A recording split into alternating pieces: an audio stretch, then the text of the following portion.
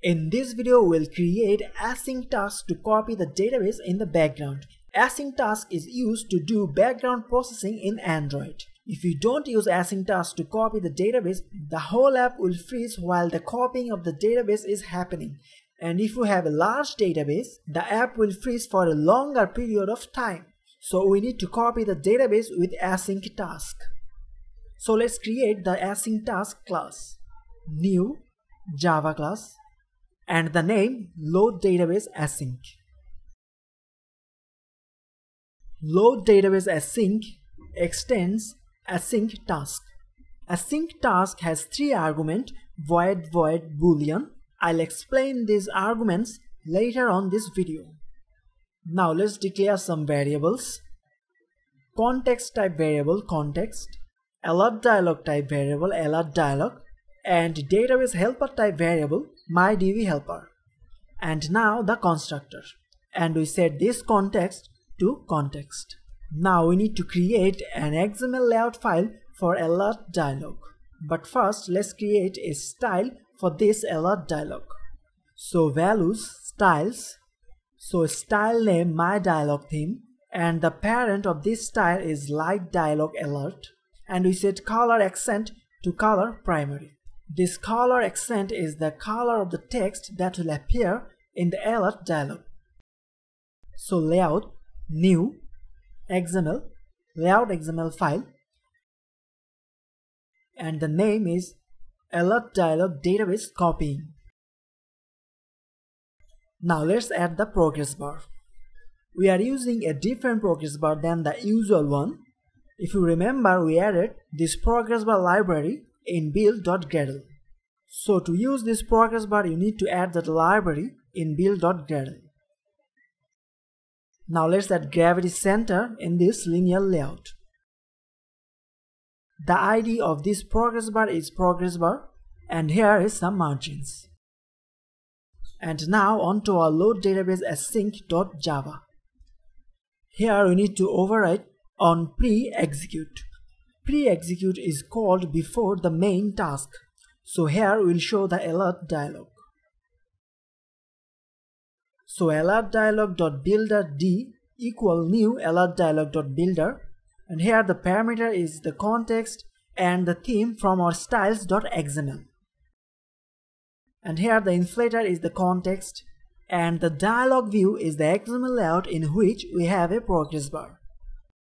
And now we set the title to loading database and set the view to dialog view, and we assign d.create to the alert dialog variable. So the alert dialog is created. And now we set cancelable to false, so the user won't be able to cancel this alert dialog.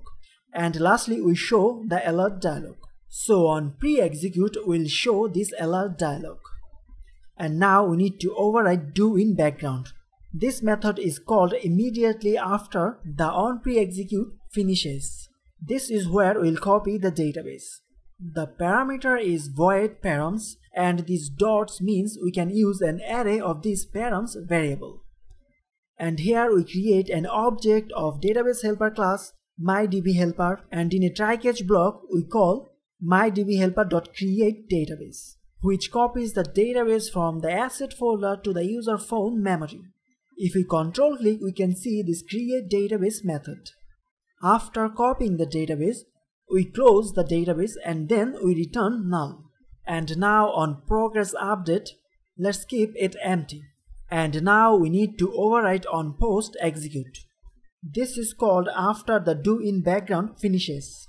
And now about these arguments, we used void, void and boolean, because in do in background we used void, and on progress update we used void, and on post execute we used boolean. So that's why void, void and boolean. Okay, now let's call this load database async from our main activity. Let's remove this intent. We only used it to test our user interface. And here let's declare database helper variable mydbhelper and a boolean variable database opened and set it to false. We set it to false because the database isn't opened yet.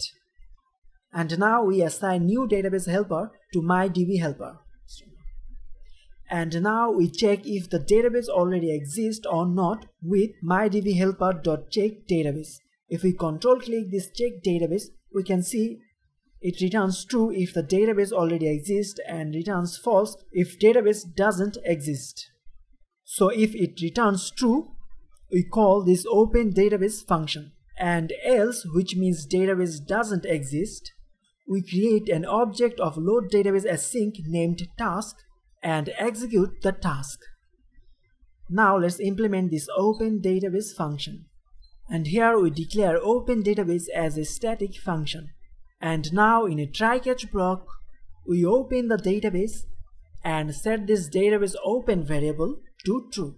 We also need to open the database after async task finishes copying the database. So on post execute, we call main activity dot open database.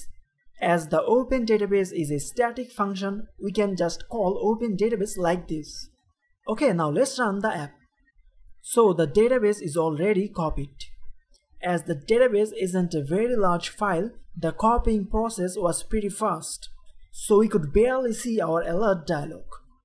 So to slow down the copying process, we can change the buffer size in the database helper class.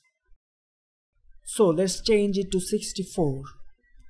As the database copying process happens only once, and you already copied it in this phone, so first we need to uninstall it and then reinstall it.